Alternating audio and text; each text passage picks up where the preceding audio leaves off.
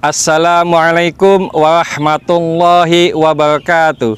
Salam jumpa dengan Wong Santun. Kali ini saya ingin membahas tentang hukum menikah.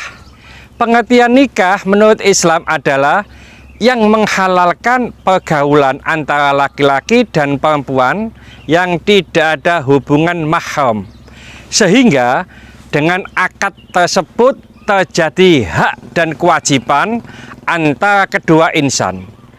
Maka hukum menikah itu bisa dibagi menjadi 5. Pertama yaitu jaiz atau diperbolehkan. Ini merupakan hukum dasar dari pernikahan, yaitu orang yang tidak terdesak oleh hal-hal yang mengharuskan segera menikah atau yang mengharamkan.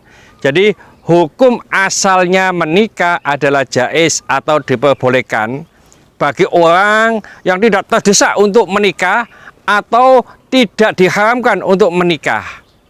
Yang kedua yaitu sunnah.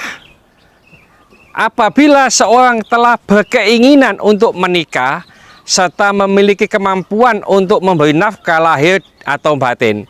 Jika ada orang atau pemuda yang sudah mampu untuk memberikan nafkah lahir dan batin dan dia punya keinginan untuk menikah, maka itu hukumnya sunnah. Yang ketiga, dihukumi wajib. Bagi siapa? Bagi yang memiliki kemampuan memberikan nafkah dan ada kekhawatiran akan terjerumus kepada perbuatan zina bila tidak segera melangsungkan pernikahan.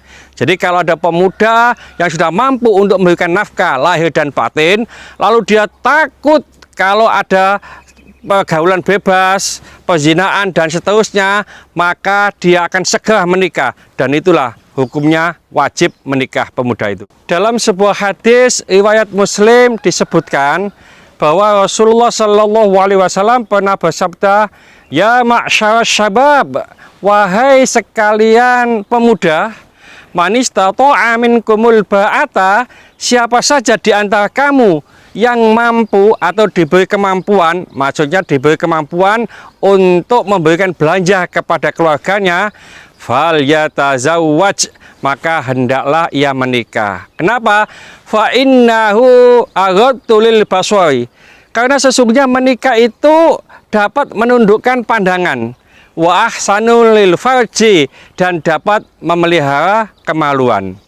Tapi wa man lam yastati', maka barang siapa yang belum mampu, artinya belum mampu memberikan nafkah keluarganya, fa'alai bisaum, maka hendaklah ia berpuasa. Kenapa berpuasa? Fa'innahu lahu wijaun, karena sesungguhnya berpuasa itu dapat menundukkan gejolaknya atau dapat menahan gejolaknya. Yang keempat, itu hukumnya makruh.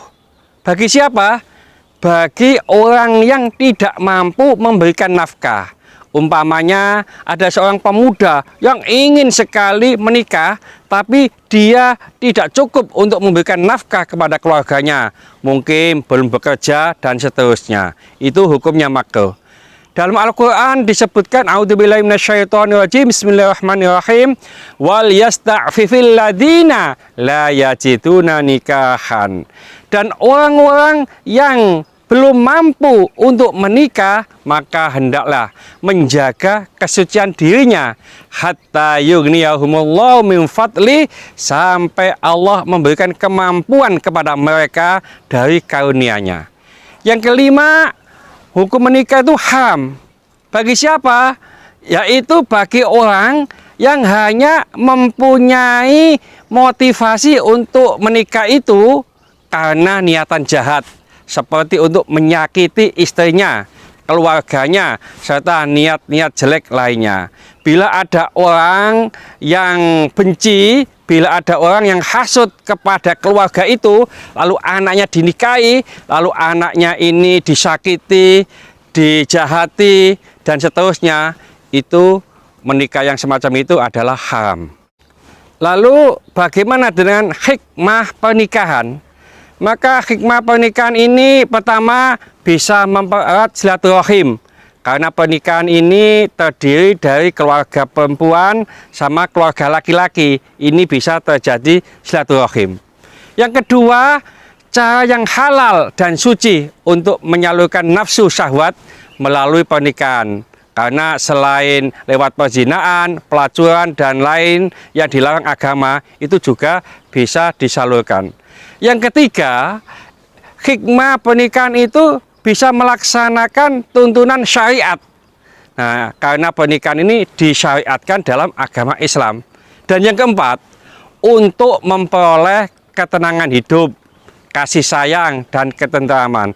Karena orang yang sudah menikah itu tidak melirik ke sana, melihat perempuan sana, melihat perempuan sana. Yang dilihat hanya perempuan yang dinikahi atau istrinya.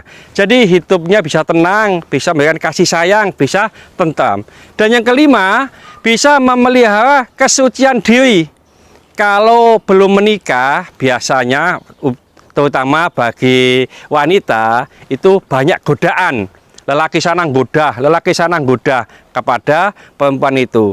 Kalau sudah menikah, maka biasanya seorang wanita ini tidak akan diganggu lagi, artinya bisa memelihara kesucian dirinya. Yang selanjutnya, yang keenam adalah membuat keturunan yang berguna bagi agama, bangsa, dan negara. Nah, salah satu keinginan untuk menikah itu adalah mempunyai keturunan, mempunyai anak. Yang ketujuh, mewujudkan kerjasama dan tanggung jawab. Karena ini dari dua laki-laki dan perempuan, maka suami istri maka punya tanggung jawab dan punya hak. Tanggung jawab suami adalah hak dari istri, dan tanggung jawab istri adalah hak dari suami. Dan yang kedelapan adalah sebagai media pendidikan anak. Kalau nanti sudah punya anak, maka suami istri ini bisa menjadi guru yang baik, bisa menjadi pendidik yang baik. Itulah hikmah-hikmah pernikahan. Mudah-mudahan sedikit ini dibarengi hidayah oleh Allah Subhanahu wa Ta'ala. Mudah-mudahan bermanfaat bagi kita semuanya. Sampai jumpa di video yang akan datang. Akhir kalam, assalamualaikum warahmatullahi wabarakatuh. Salam Wong Santun.